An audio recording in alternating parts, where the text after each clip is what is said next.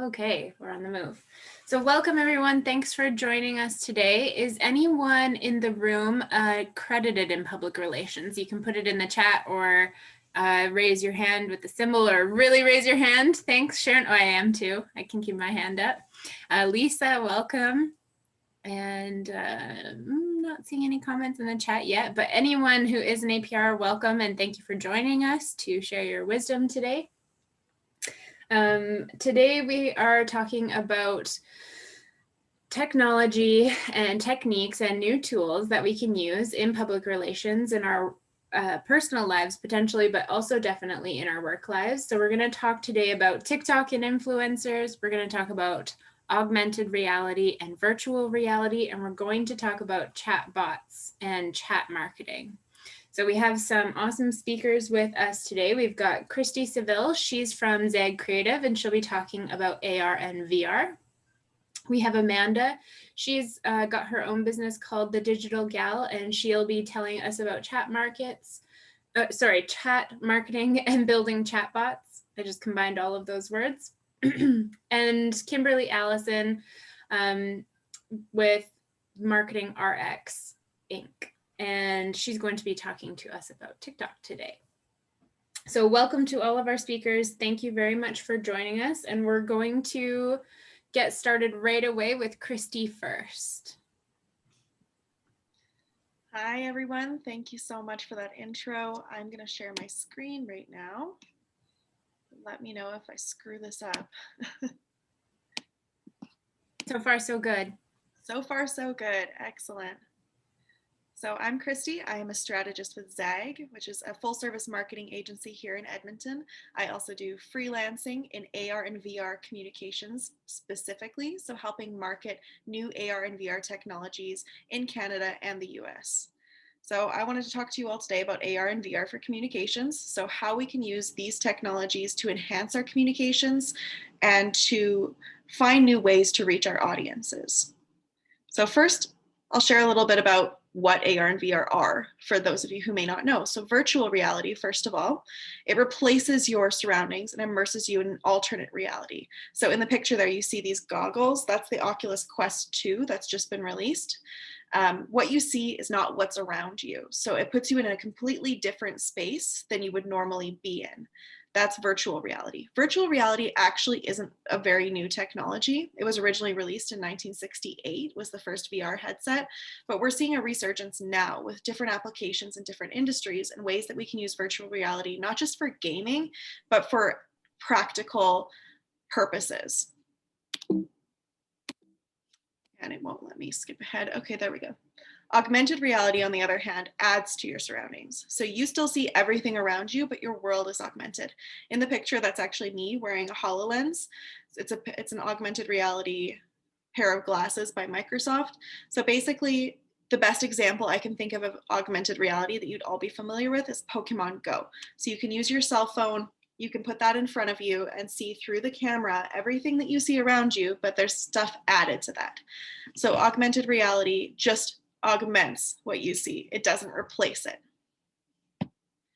So first thing I want to talk about is XR for advertising. So the most popular, I think immediately obvious application for XR is in advertising and adding information and in marketing things to you. So you can see in the picture here, there's a pair of Bose headphones. You can use your phone and augmented reality to look at a box, scan a QR code or an AR tag, and it would pull up all of this extra information about that product to give you all of the info you need before making a purchase. Another example of XR in advertising would be the new way that concerts are now being held. So you might have seen through VR, you can actually go and attend a concert, a comedy show. Different live events are now happening in virtual reality instead of happening in real life because we can't actually gather like that anymore. So this opens up the door for new advertising opportunities for brands. If you want to sponsor an event like this, maybe have your logo appear in the concert venue. When people are showing up to watch their favorite artist, they see your brand. And another example of that would be movie theaters as well. There are now virtual theaters that you can experience. So if you're going to watch a movie, maybe you have previews before that movie in VR, and you can have your advertisements shown to your audience through that method. So there's a lot of different ways that we can use VR as a tool to market our brands and reach a different kind of consumer. We can also use AR and VR to enhance our brands, to enhance engagement and create a conversation about brands. So a really great example of this is the 19 Crimes wine. I don't know if you've all had this before. Maybe I actually can't see you. I'd say raise your hands, but I can't actually see if you've had this before. But they have AR enhanced logos on their wine bottles, the labels. So if you download the app, you can actually hold your phone up to the label and it'll play a video and make the label come to life for you and share the story about what 19 Crimes is, how it was founded, just some really interesting stuff to get you to interact with the brand and engage with it more, and also share that information. So content like that is very shareable, and you're going to find that a lot of your consumers, if you offer up something like this, are going to be talking about your brand a lot more than they normally would, and maybe buying more of your wine because of that, to share that with their friends. Another example here is Nike. So with the rise of online consumerism and because of COVID-19, we're seeing a lot more brands come up with innovative new ways to convince shoppers to do their shopping online and to buy more products. And when it comes to shoes, that's really difficult. You don't know how they're going to fit. You don't know what they're going to be like. So Nike actually came up with an app that uses AR to scan your feet and tell you what the appropriate shoe size would be for those shoes that you're planning on purchasing. This increases the chance that your consumers are going to go ahead and purchase your product, and also creates a really engaging experience that they're likely to talk about and share. The next thing I want to talk about is XR for connection. So I should just actually mention XR is a general term we use in the industry to talk about AR, VR, MR, all of it all together is just XR, cross reality. So another fantastic way, like enhancing brands, interacting with brands, that's all really great if that's what you're working for, but maybe what your goal isn't to enhance a brand or enhance or to market something, but to create a connection or to change a mindset. So we can absolutely use VR and AR to do stuff like that as well. The photo here is a travel photo. So the tourism industry has no doubt taken a huge hit because of everything that's happened in the world. VR is a good alternative to that. So if you want to allow people to experience your hometown, you can offer that up through VR now as well. So I think this is Barcelona here, a little travel experience there that you can do in VR. You can walk around the streets just like you would if you were in that country, but in VR. Another way, a really great example of this is World Vision's Surviving Syria. They offer a 360-degree video in VR, so you can see what Syria is like through the eyes of a refugee child. This is for them to increase their donations and to increase understanding of what's happening and how they're supporting that cause. And VR has a fantastic, just an amazing way of forcing you into the perspective of another person, where film and television don't necessarily do that. If you put on your VR glasses, you don't see any stimulus around you. All you see is what you're being fed by that video. So instead of just watching a screen, you can look around you and see a person to your left engaging with a person to your right, and you're right in the middle of that. And it puts you in the perspective of somebody who would be surviving Syria, as opposed to somebody who's in the audience experiencing what that's like. Another example of this is a film called Traveling While Black. This is available on Oculus. I believe it's on the PlayStation VR as well. It's a VR film that puts you in the perspective of somebody who would be experiencing race issues in America. It talks about what that's like living in America, what it's like being Black in America now compared to what it was like in 1960s, how traveling has changed for people and what that experience is like. And it puts you in that position where it just creates a very powerful experience where you would never be able to have that without VR.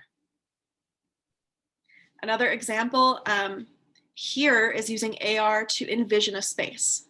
So if you're recreating a park, you're wanting to undergo a revitalization of a community, and you want your public to be able to visualize what that looks like, you could create an app like this that shows them what the playground equipment's going to look like, where the trees are going to be, and allow your public to go with their phones and experience that space and provide you feedback on what they think.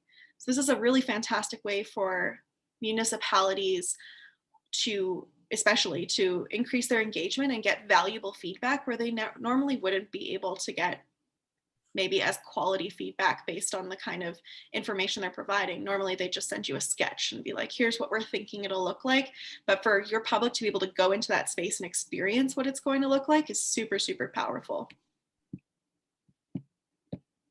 And yeah, that looks like my last slide. So I'll pass it off to any questions, or are we waiting till the end for questions? No, that's okay. Oh, I think we've got some time. Just trying to open the chat here. I don't have any specific questions. I'll give people just a minute to add some.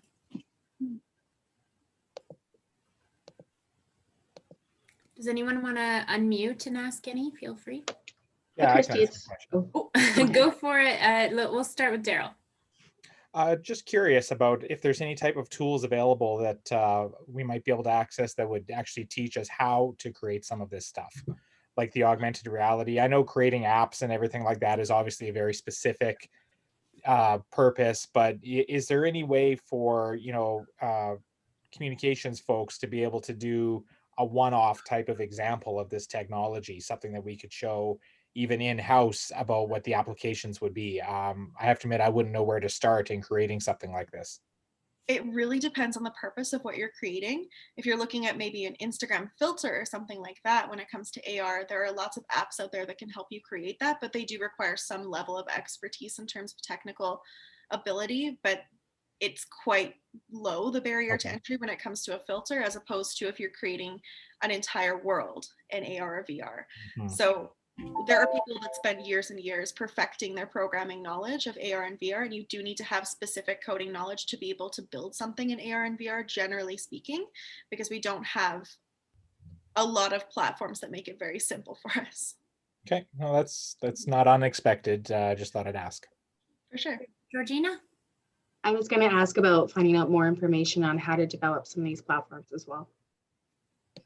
Absolutely. There are a lot of different companies out there that can help you with stuff like that. If you're looking at integrating AR or VR in your communication strategies, there are agencies out there that's specifically what they do is develop AR and VR experiences. One I can name is Media Combo. They work specifically with a lot of museums, and public engagement is what they do best. So if you're looking for someone who's futurist and has the experience to develop that technology, they're a great one. But I can also put together a list if you're interested. Okay, thank you. For sure. Do you need special hardware to use AR? AR is the one that you can actually just use it with your phone. Most of the time, what we're doing right now for AR to make it accessible is going to be through your phone.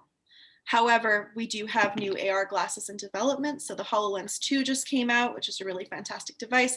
But ordinarily, those devices are $2,000–$3,000. They're not really readily available to the consumer. And although there's lots of companies out there working on developing something that looks more like a pair of glasses and less like a giant headset helmet, they're not consumer ready at the moment. So a lot of these AR experiences, if you're talking about targeting the general public and not B2B, they're going to be through a phone. You always require a headset for VR? For VR, yes. Although there are alternatives like Cardboard, which is a Google version. It's basically just literally a cardboard headset that you put on your phone. And there's VR apps you can download for your phone where you can experience kind of what that would be like, but it's not as immersive as it would be if you had like an Oculus. Are there any manufacturers that you recommend? When it comes to VR and AR, manufacturer for VR, my favorite is Oculus. I think that's the go-to in terms of standards. They just came out with the Oculus Quest 2, which I purchased, and it's a really fantastic device. The visuals are really great. The graphics are great. There's very little lag in terms of what you're experiencing, and lots of apps and experiences available on their store. They are, on the other hand, owned by Facebook, which can be a little bit tricky. So if you are someone who doesn't like to share your private information, unfortunately, maybe the Oculus Quest isn't necessarily the right angle for you. Maybe you want to go with a PlayStation VR. And what sort of investment would you be looking at if you wanted to use AR as a communications tool? Time is the first thing. Do your research and find out if that's really something that you need to be using. I mean, I think that AR is a fantastic tool and it can enhance many communication strategies, but look at your target audience first. Are they the type of people to be using an AR tool, or are they not? That's the first thing you need to be figuring out. And then from there, if you've decided AR is absolutely something you want to move forward with, then looking at how much that costs to develop that and how long that would take. There's a lot of companies out there that can support you along that path. Okay. Any other questions for Christy? I had one. So a few years ago, we had actually, one of the places I worked at, we looked at using what you did with the wine bottle, where you put your phone up and you can see other information. Well, there was an app for that, but then the person who you were targeting needed to have that app too. Is that still the case? That is unfortunately where we are at when it comes to AR. We are basically waiting for our phone's technology to catch up and get rid of the need for something like that. So a good example of this is in the past, we used to have QR code apps to scan QR codes, but now our cameras can do that. So we're hoping that down the road, our phone's cameras will be able to integrate that technology and you'll be able to just hold up your phone. It'll recognize the image and it'll play the AR overlay, but we're not there yet. So you do. Yeah, because I know the comment that we got from the executive team was, so how is this different from QR codes? And other than, but they said, so everybody has to have the app. And so that hasn't changed. Okay, thanks. Unfortunately, no. I do see in the future that will change, but it hasn't yet. Okay, thank you. Christy, in the comments, Lisa's asked, what's the coolest application of XR you've seen? I get really excited about good hardware personally. So when I was at the Consumer Electronics Show in January, I saw an AR contact lens. So that got me very excited about the adoption for AR. Let's move beyond the phone and let's skip glasses. Let's just put a contact lens directly in our eye. You can look left and see your calendar. You can look right and see your messages. You can overlay all of that on your environment. That got me very excited getting to demo something like that. That's amazing. I did some VR this summer in Penticton. It was the Oculus Rift, and I got to try the Google, I don't know what it's called, the painting one. Oh, yeah. And so you're in like an empty room and you pick what you want as your tool. So you can have like a magic wand with like snow drifting out of it. And when you hold it down, you apply the snow to your palette, which is the entire world around you. So you could build beautiful things around you. It's the coolest thing.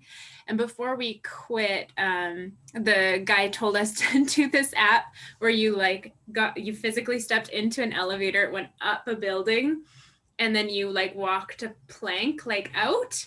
I fell off the plank and fell onto the ground just screaming bloody murder in this like virtual reality room, because on the screen you fell like dozens of stories. and then I got up laughing, and my husband's like, what happened? He's got his headset on, so he has no idea what's happening to me. And I was like, my time is up, but I'd like to see my husband do that. And you can see on the screen what they're seeing and have him experience it. And he's much more stable than me, but even he was like, It was outside of communications. There are so many applications for VR and AR in every single industry. I don't think you can find an industry that you can't apply VR into. There's a company here in Edmonton that does VR for HR. So helping you with your recruiting, putting your potential recruiters, your potential employees through a VR experience to see where their skills are, where their hard skills lie, and if they'd be a good personality match for that position. So just really interesting stuff. That's also working out. I work out in VR now. Oh, that's amazing. Yeah. Lisa adds, there's a company here doing VR training for the restaurant industry, doing very cool stuff. And Peter added that the contact lens sounds very Black Mirror, and someone else said very Tony Stark. Absolutely. if you're more comfortable, there are many, many different companies developing AR glasses. So if you want to take that step first before putting a computer into your eye, I understand. Yeah, there's a lot of people who aren't prepared for the embedding yet, but I'm like, implant something in me. I'll do it. I'll be the guinea pig. Full cyborg. Yeah.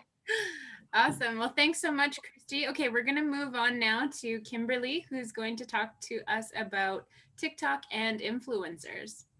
Yes, thank you. Hello, everybody. Thank you very much for having me today. Are you able to allow me to share my screen? Yes, okay. I'm going to share my screen. Okay, share. 1 second. I'll be able to open up my presentation and hopefully this is gonna go how we want it to go. Ta-da! All right, do you see my screen? Yeah. Everybody? Hey, perfect. So my name is Kimberly Allison. I own Marketing RX, which is a digital marketing agency here in Edmonton. We were established in 2011 when I saw the need for conversational marketing. I was realizing that that was more powerful than your traditional advertising out there. And I had spent a lot of years in radio and television. So fast forward to today and things like TikTok and Instagram changing all the time.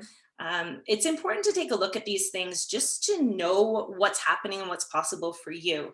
I saw a great quote today that it was talking about just taking a risk and doing it and not being so afraid. And I think when it comes to things like TikTok, that's what you can do. You can experiment with things like this because it is rather new. So today I'm going to go through some of the statistics of TikTok, what you can be aware of, why it should be on your radar, some dangers of TikTok, and then what are some of the surprising benefits of using it as a PR professional and marketing person.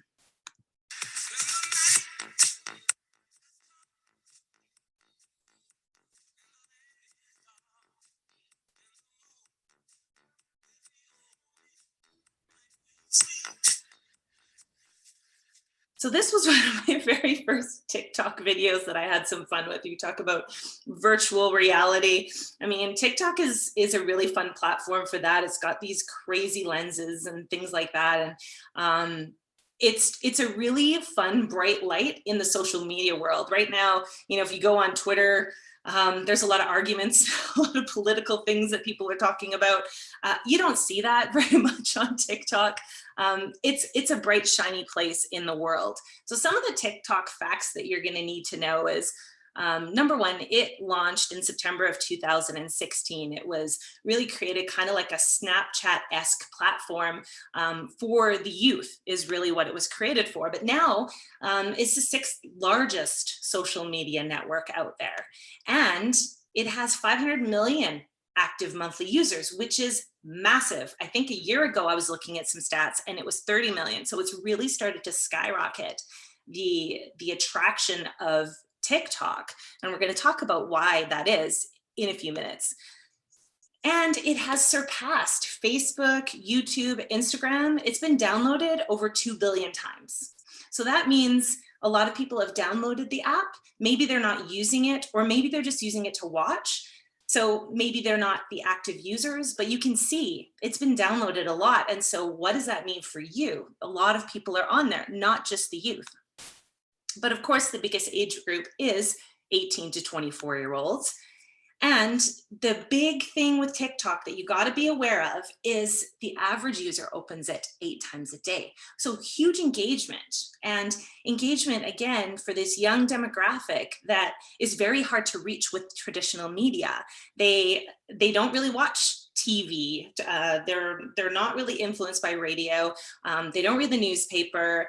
They're not really on Facebook.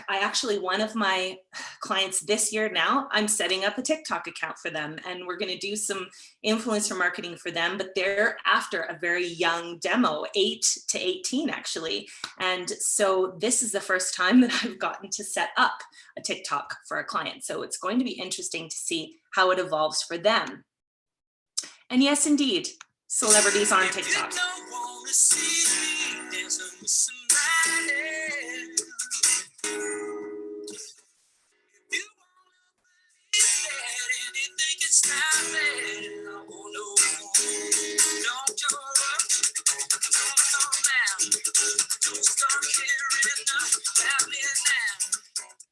So yes, TikTok, celebrities are on TikTok having lots of fun, but you don't need to be a celebrity to be on TikTok. Trust me, you don't. But what are some of the reasons why people are loving TikTok? You know, like I said, it's a bright place in the world. And this is a place where everyone is a creator. It doesn't matter. You don't need a production studio. You don't need a video camera. You know, I've got a ring light behind me there. That's kind of all you need, and your iPhone, and you're off to the races creating some really cool content. They've got lenses, they've got filters, they've got so many things for you to just play. And now they're actually paying influencers to create content because they're in competition with Snapchat. So things are evolving greatly with TikTok, and they don't have the ads that some of the other platforms have right now, like your Facebook and your Instagram. It's open to all formats. Yeah, it doesn't have the rules and restrictions. And I'm going to talk about that in just a second, but you know, you're able to use licensed music, and when you try to share it to another platform, like I did here, I tried to share this TikTok on my Facebook and it was muted.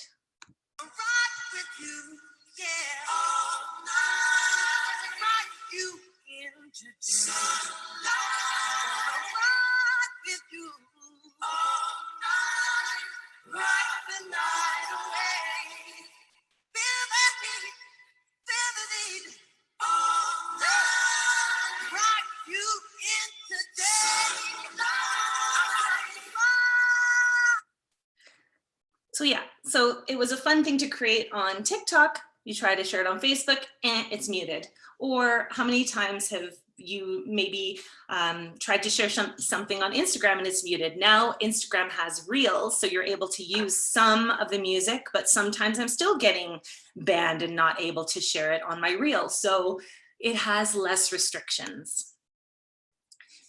Because it's new, it's only a few years old, I think people are still trying to figure out how the heck things go viral, right? For some reason, this is the most watched TikTok video on my feed, and I have no idea why.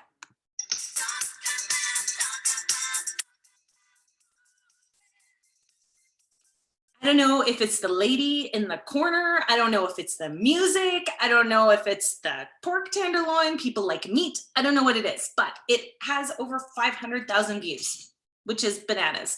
So why I tell you that is because we're still figuring it out. We're still figuring out what's going to catch fire. That one in particular, I didn't even have a caption. I didn't have any information. I didn't have a hashtag. It was a quick thing I did on my patio in the summer.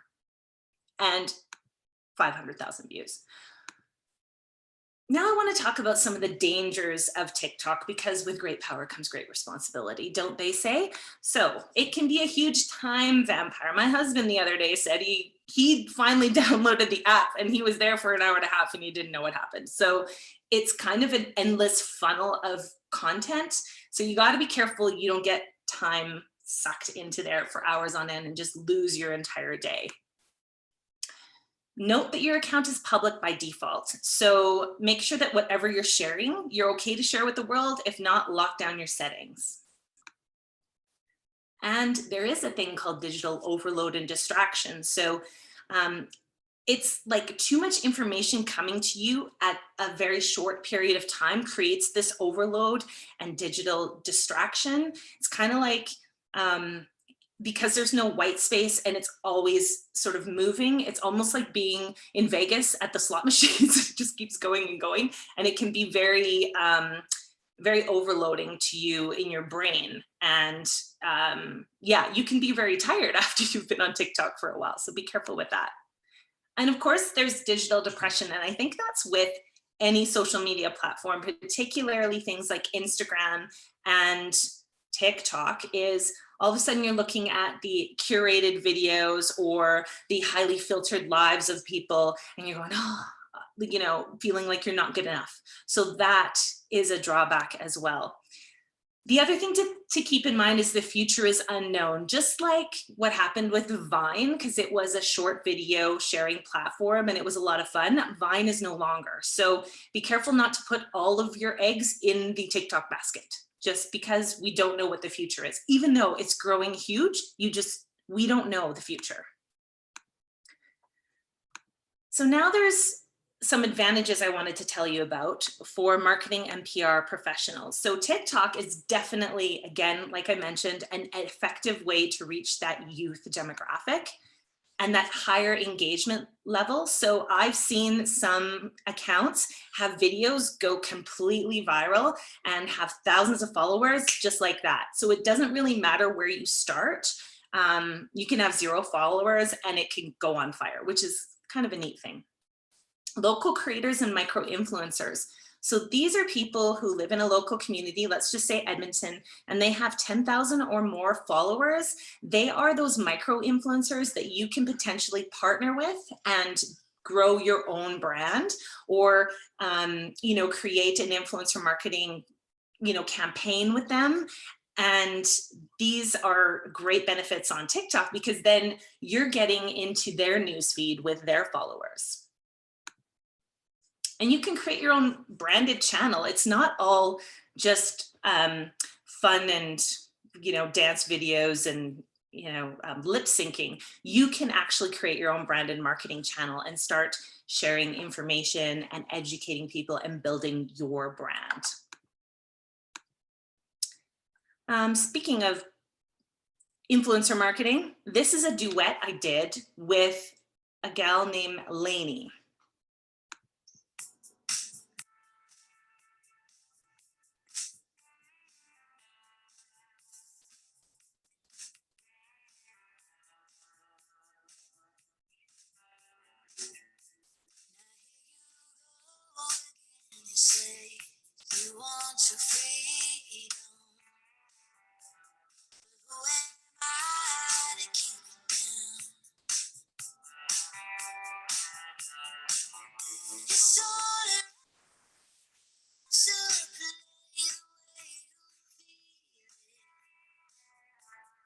Listen carefully to the sound of loneliness, like a heartbeat drives you mad, in the stillness of remembering what you had. So that duet that I did, because I just was so in love with her voice, how it sounded so much like Stevie Nicks, a little bit deeper. I just thought it was incredible and decided to share it as a duet. And now I've had over 10,000 views on this duet. So you don't have to always just create your own content. You can get inspired by other people's content and grow your brand that way, or grow your influence. So when you're using TikTok as a PR professional, some of the things that you can do, these are some ideas of things that you can share, are an inside look at your team, at your business, some behind the scenes things. People love to see, like, what are you up to? Are you, like, I have this little like Marketing Rex notepad. Maybe I'm creating some new ideas for a client. Include your branded hashtags so that when people go on to TikTok and they search hashtag Marketing Rx, they can see all of the different pieces of information that I've created with the Marketing Rx hashtag. And then again, like I mentioned, duetting people that are in line with your brand, jumping on those trends. So you're going to see trends, when you go onto TikTok, you'll see trending hashtags, you're going to see trending songs, you're going to see people that are jumping on something that you can decide to do yourself, and jump in on that moment. And then that education piece is really fun. It's not always, like I said, just fun and frivolity. So here is one little education piece that I really liked. I see the crystal raindrops fall, and the beauty of it all, when the sun comes shining to make those rainbows in my mind. When I think of you sometime, and I want to spend some time with you, just the two of us. So it can be an education piece, and you can give people little tips and tricks. And then when they actually need your help, they're going to call you because they go, oh, she knows what she's doing. So TikTok for business. How do you know if it's right for your brand and your business? So some things you need to think about is your target demographic on TikTok right now, and will they be in the future? Do you think they will be? I always recommend that people ask their current customer base if they're there, ask people around them if they're there on the certain platforms that they're looking to use, and just give some thought to that before you go ahead and decide to be on that platform. And are you prepared to create engaging original content consistently? Now, you can be there and just experiment, or you can be there and just watch. But if you're going to build your platform and make it a channel for you to influence and build your brand, then you want to be thinking about creating a strategy to make sure that you're consistent and you create that engaging content. Some things that you can share include, you know, like we said, funny videos, duets, behind the scenes, tutorials. I've seen people doing recipes lately. Oh my gosh, amazing recipes and easy ones. People like to share that.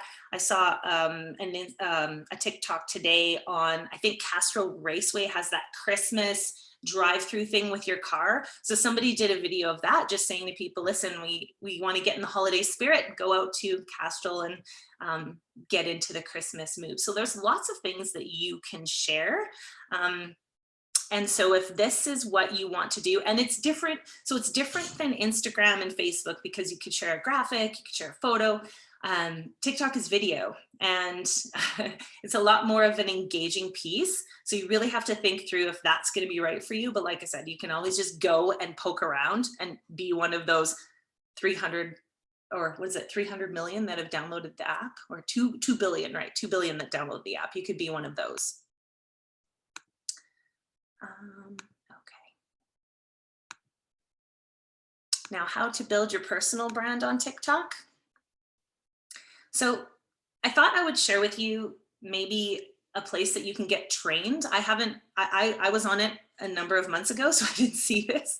So there is a free influencer marketing, like how to build your, I think it's called How to Build Your Personal Brand on TikTok. And it's a course. So you go to influencermarketinghub.com and you go to courses, and then you just click to sign up for their free masterclass. So I figured if you're looking at TikTok and you want to get trained, maybe that's the place to go. I just jumped in there. I didn't know what I was doing. So if you scroll back to some of my early TikToks, yeah, it will be good for some Christmas videos or something in the future.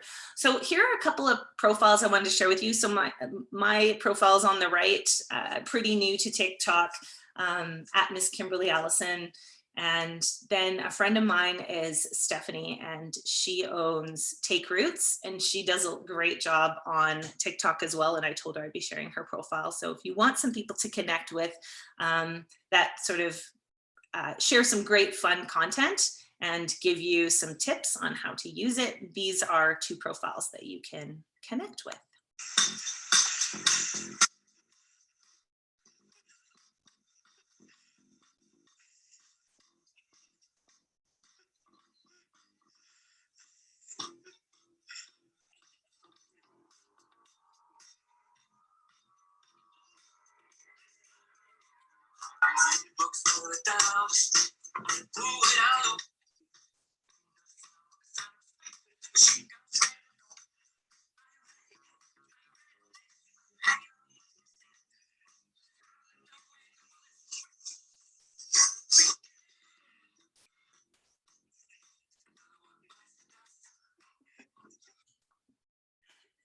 It was just another one of my favorites from the early days of joining TikTok. I had to really dig back to find that one.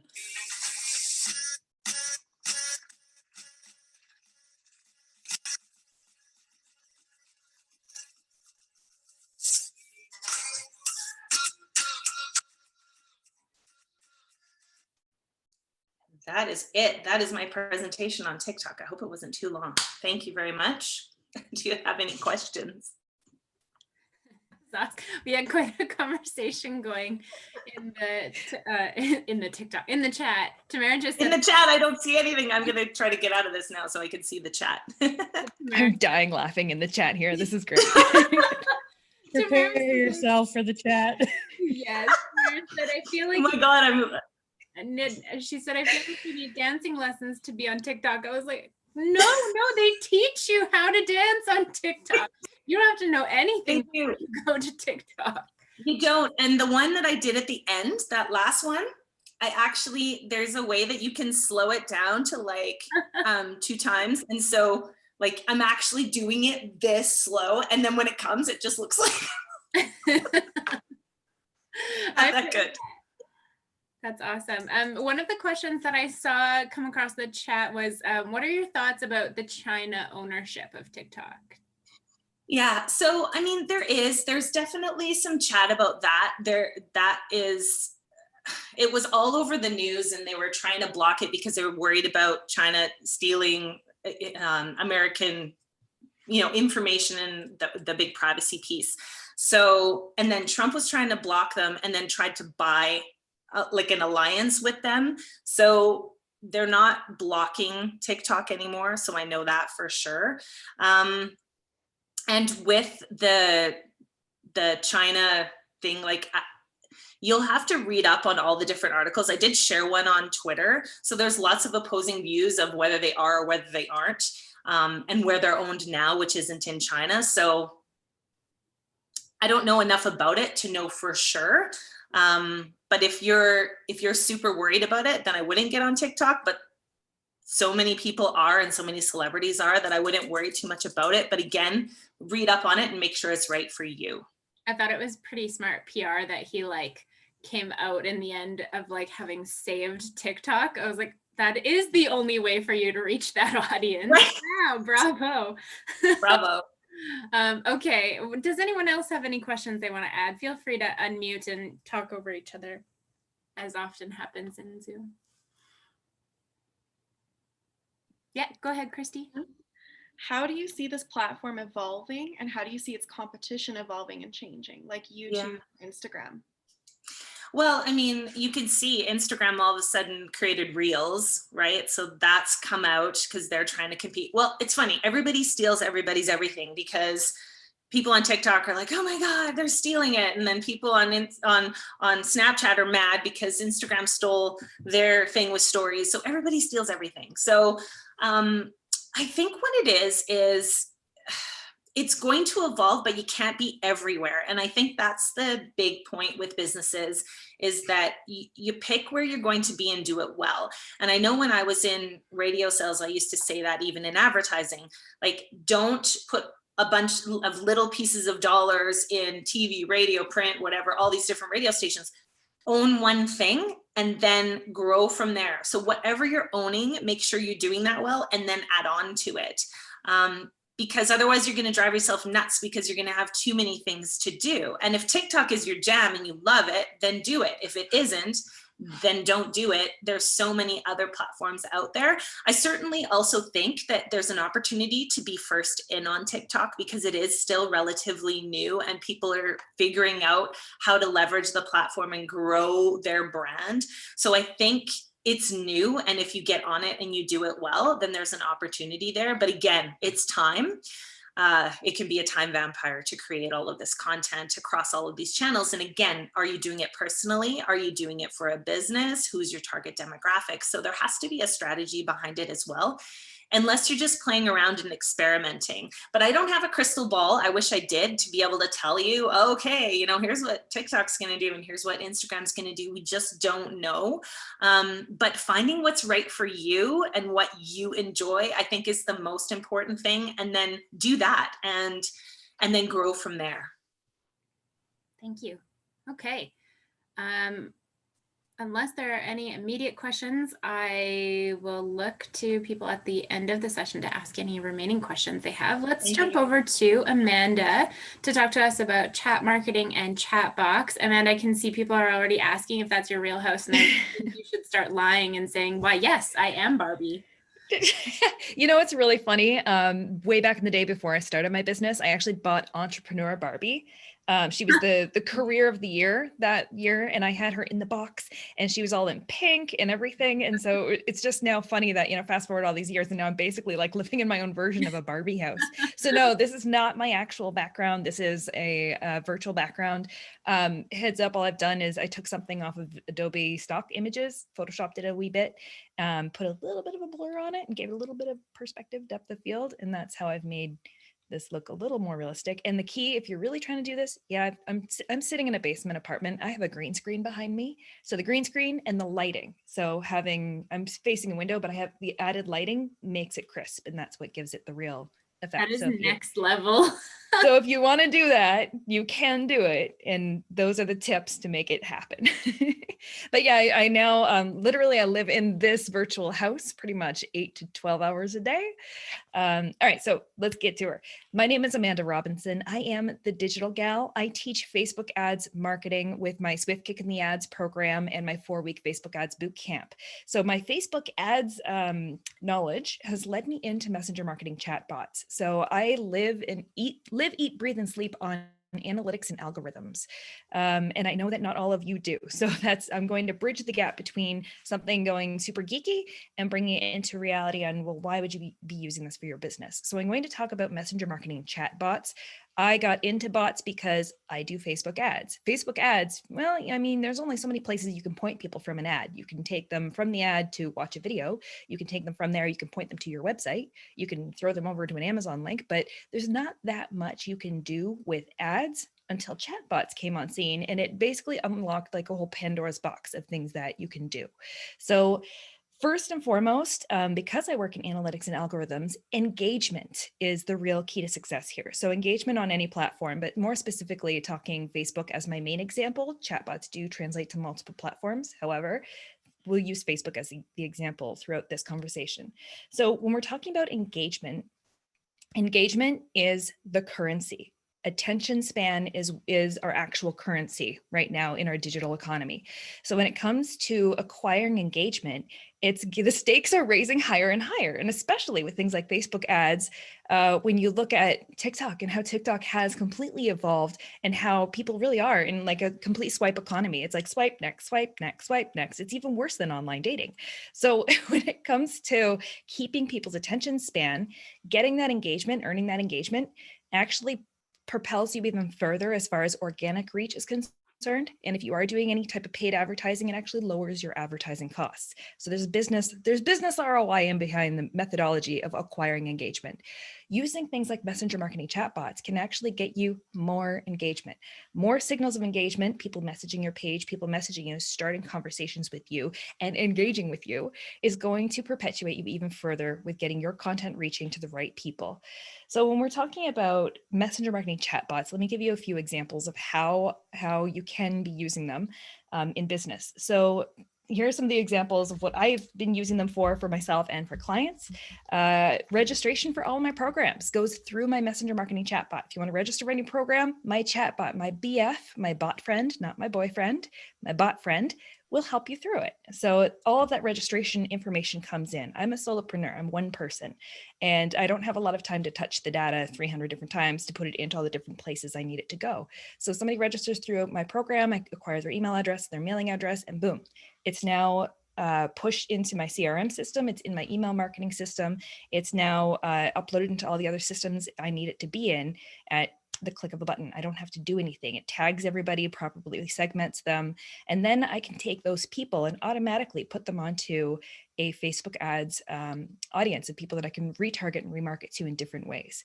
I can also use that for my Facebook ads for segmenting. Now I know, okay, you have signed up for one of my programs. So now I can use you on a Facebook ads list that I exclude from future marketing. So there's ways that you can use this to your advantage from a data perspective.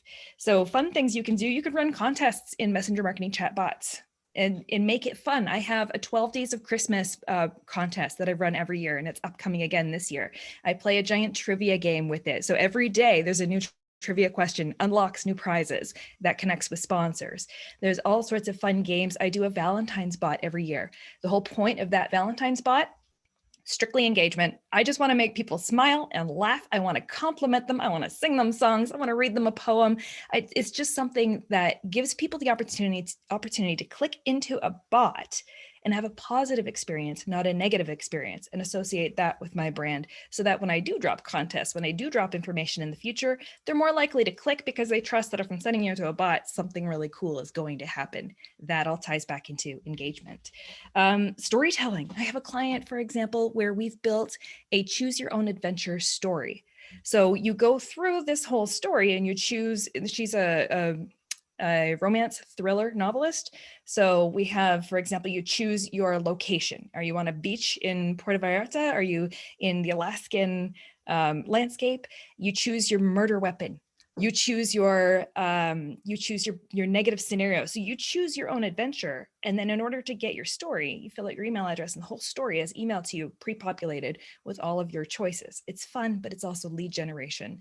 And it leads back into a business use case to be able to continue pushing products in front of the right people that are actually interested versus people who are not engaging. Lead generation, like I just mentioned, so you can use different lead magnets. I have a Facebook ads glossary of Facebook ads terms. What's the difference between reach versus impressions? What's return on ad spend? All that jargon. You can get it with just downloading right through my messenger marketing chatbot. So you can go in there and it'll deliver the PDF right to you right in the chatbot. I can take your email address, give you that. It's a great delivery vehicle. So I can connect that right to a Facebook ad without having to send you off to a website, without having to connect a third-party email program or anything. Amazing. You can get feedback. You can get, rate this. How many stars would you give the feedback on this? And then ask them further questions. If they gave 5 stars, hey, thanks. Would you mind leaving me a review on my Facebook page? 3 stars, hey, let's talk more. How can we help? And I've contacted Amanda. She's going to jump into this conversation and help you. Registering for events. You can purchase products in Messenger. What?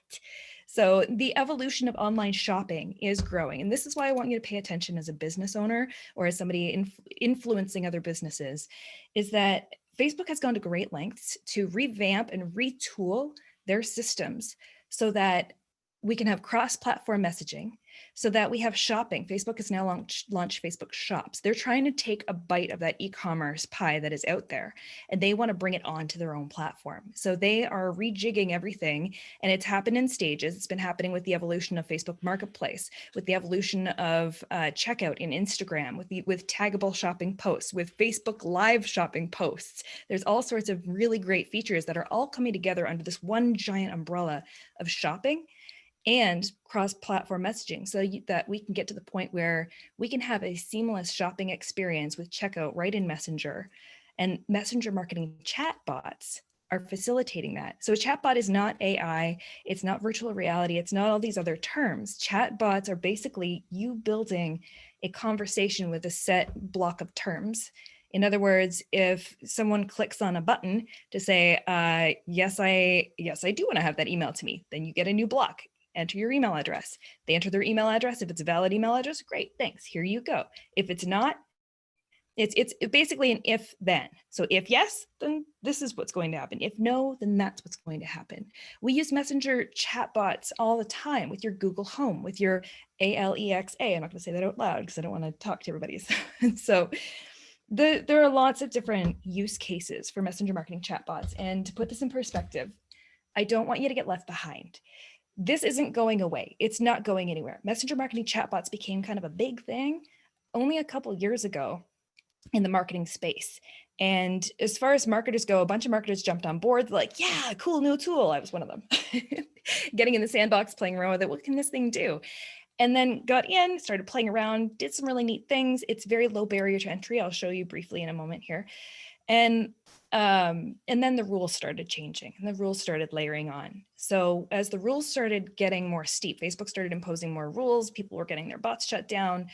People were trying to abuse the system. Facebook's trying to prevent you from abusing the system so that it can evolve and grow the messenger marketing industry and actually keep people's attention span on the platform and not lose people or offend people or bother people. We do not want to be spammy with your bots.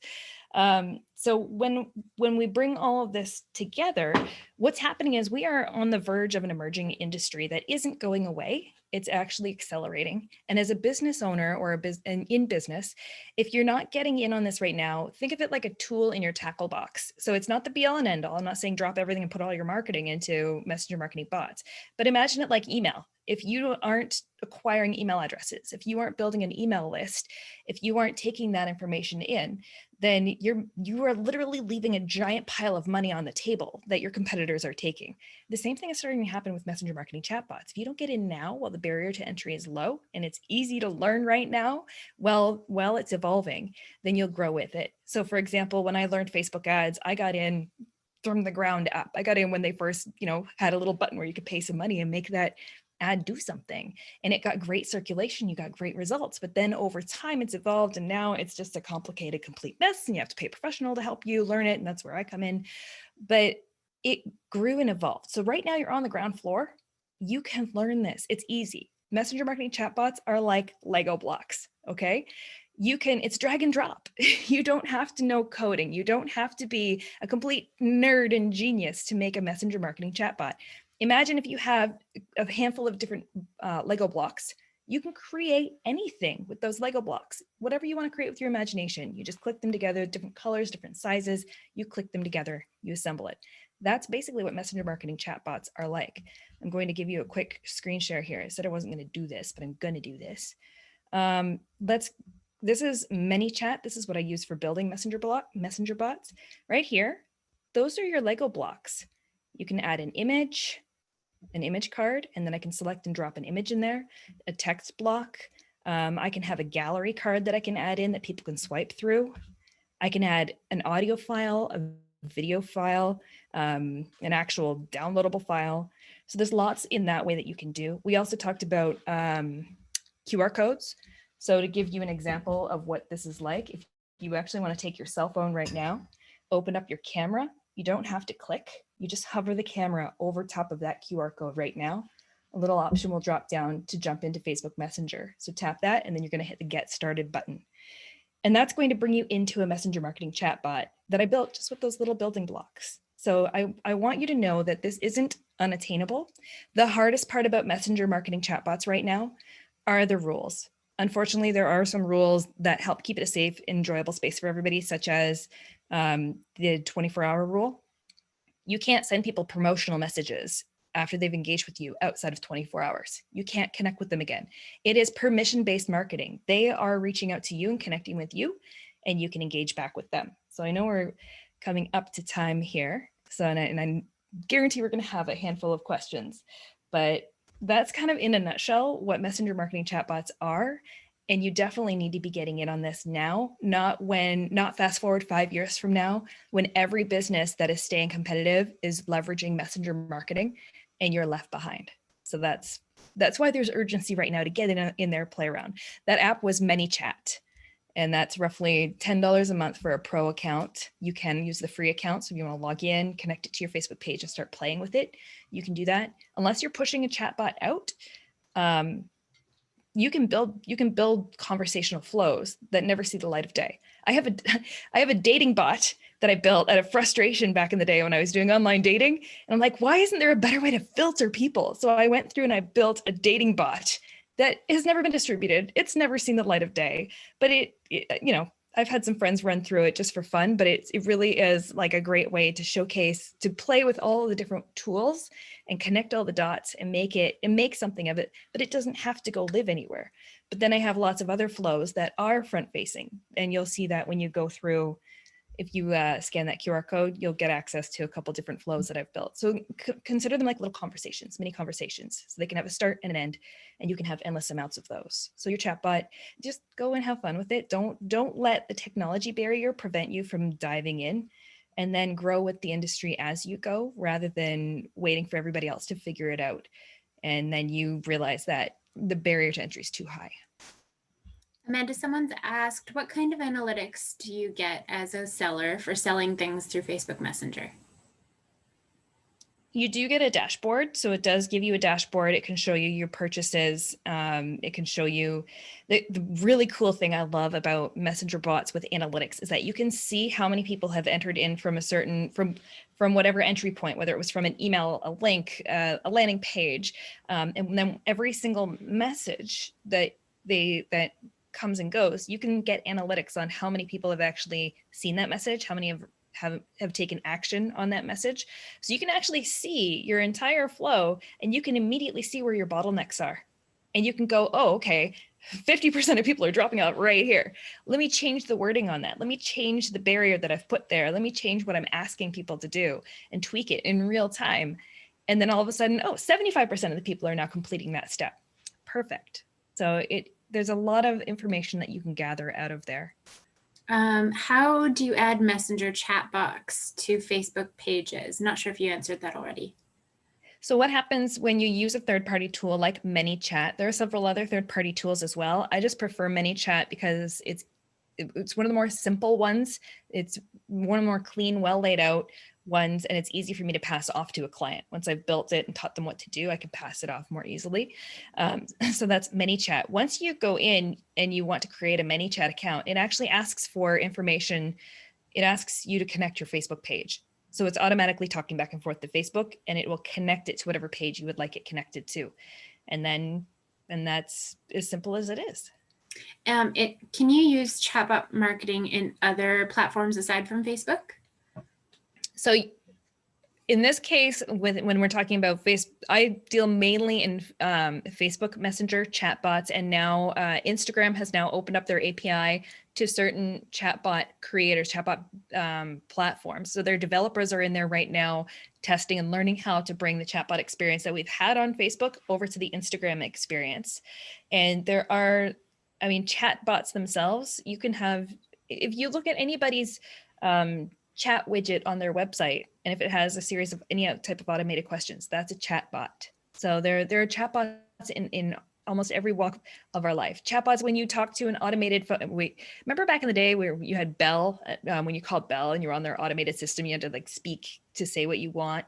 That's a chatbot. So it's looking for an answer, and it's pushing out information back to you based on what your responses are. So messenger bots are all around us, but by far I'd say the easiest entry point is through the Facebook environment, which is now going to be bridging into Instagram very shortly. Awesome. Does a chatbot replace the one-on-one conversation you could have with a person on Facebook? For example, the chatbot can solve the problem, and human intervention oh, sorry, I'm gonna ask that question out loud, Peter. That's okay. I can give you so chatbots don't have to replace a human. They can. I mean, if they're written very well and they're getting high rates of completion, they could technically replace a human, but they don't. So you'll notice, I mean, with my bot answers a lot of questions or delivers value depending on the reason that you entered it to begin with. So it just helps the situation along. And then I'm still a human. I'm still watching all the conversations that happen in my bot, and I jump in all the time to actually continue that conversation with people. So it's just a great lead in, and it's a great way to get people engaging and divert and direct people to what they need before a human can then pick up that conversation. So you can have chatbot only conversations. I mean, when people register for my program, they go in, they do it all. They don't need me in that step. When people are inquiring about certain other things, I can tell based on how they're going through the flow. And if they hit certain checkpoints, I have it send me an admin notify. And then I know to go jump into that conversation right away, pick it up and carry on. So there's lots of different applications for it, and it should not be replacing communication with a human, but it should be helping to support that with more efficiency. I think that's all of the questions in the chat. Does anyone have any questions for any of our speakers that they'd like to ask today? Before we wrap up, I'll give you a couple seconds. Feel free to unmute and ask.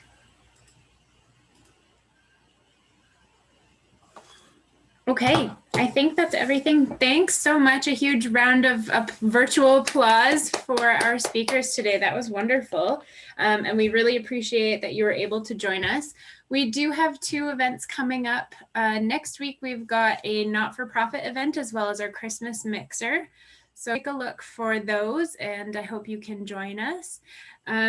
I'll circulate a feedback form after this event, so we'd love to hear from you what you thought of the event and what we might be able to plan for you for the new year. I'm Crystal Wood. I'm the president-elect for CPRS Edmonton and the programming chair. So if you have any thing that you'd like to share, you can share it directly with me at programming@cprsedmonton.ca. And that's everything for today. Thank you, everybody. Take care. Thank you. Thank you, everyone. Bye. Bye. Thank you.